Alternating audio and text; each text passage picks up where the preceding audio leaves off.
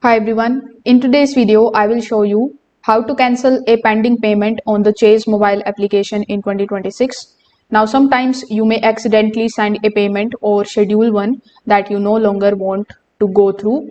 So if the payment is still pending, you may be able to cancel it directly from the app before it get processed. For that, first of all, open your Chase mobile application on your phone. Over here, you need to sign in either by providing your user ID and your password, or if you have enabled the Face ID or the fingerprint, you just have to simply use that in order to log in into your account.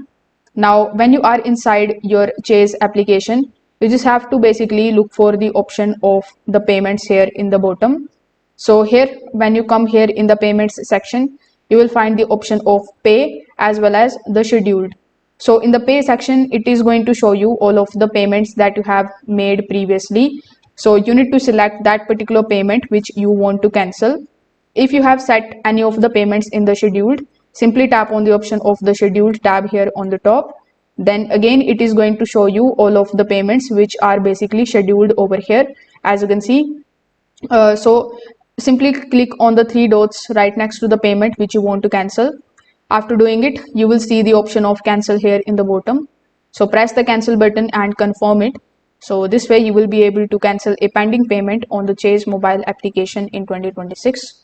If this video helped you out, make sure that you like this video and subscribe to the channel. Thanks for watching.